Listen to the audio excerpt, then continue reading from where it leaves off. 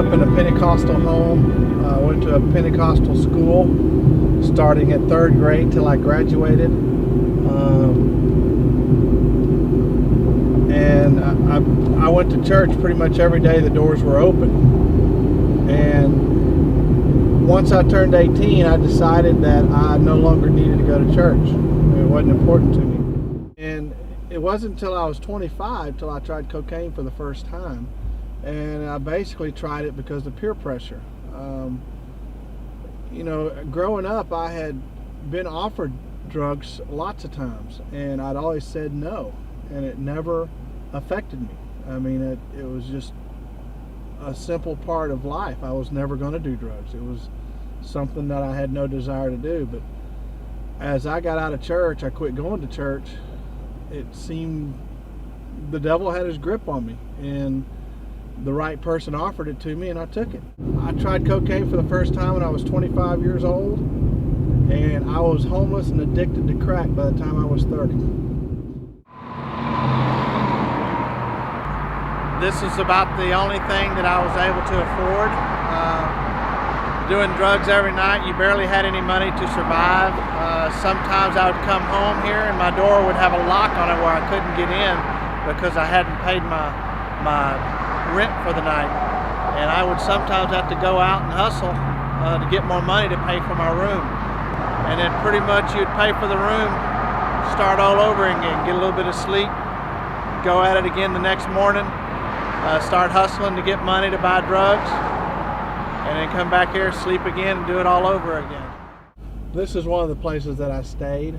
I lived here for about 6 months, and my life pretty much went downhill from this place.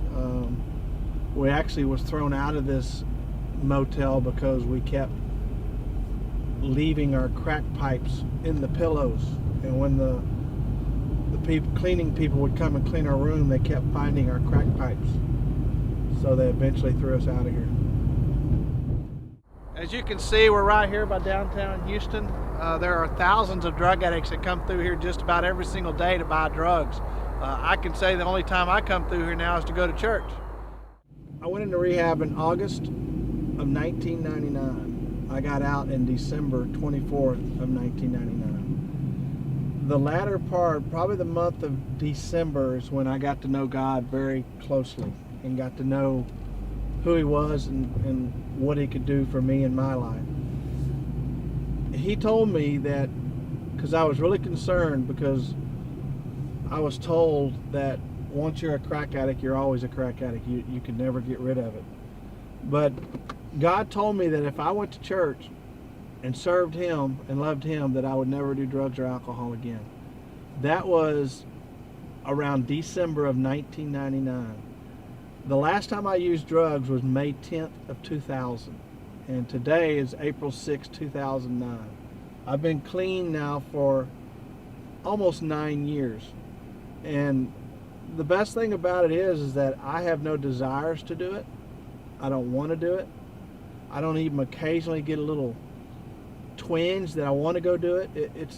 It's a habit that is completely gone, that has been erased out of my life. I don't want to drink. I don't want to do drugs. It has come, you know, most people when they talk about drugs,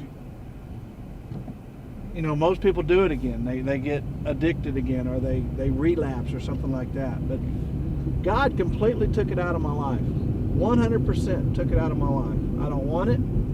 I don't think about it. I don't dream about it. It's gone. And I give God the glory for that.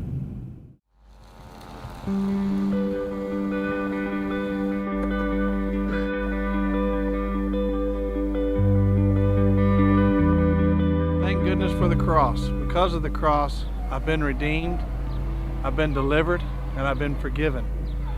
This is the house that I live in with my family, and I live here in complete peace knowing that I've been delivered. I can live the rest of my life knowing that I never have to do drugs or alcohol again, and I thank God for that.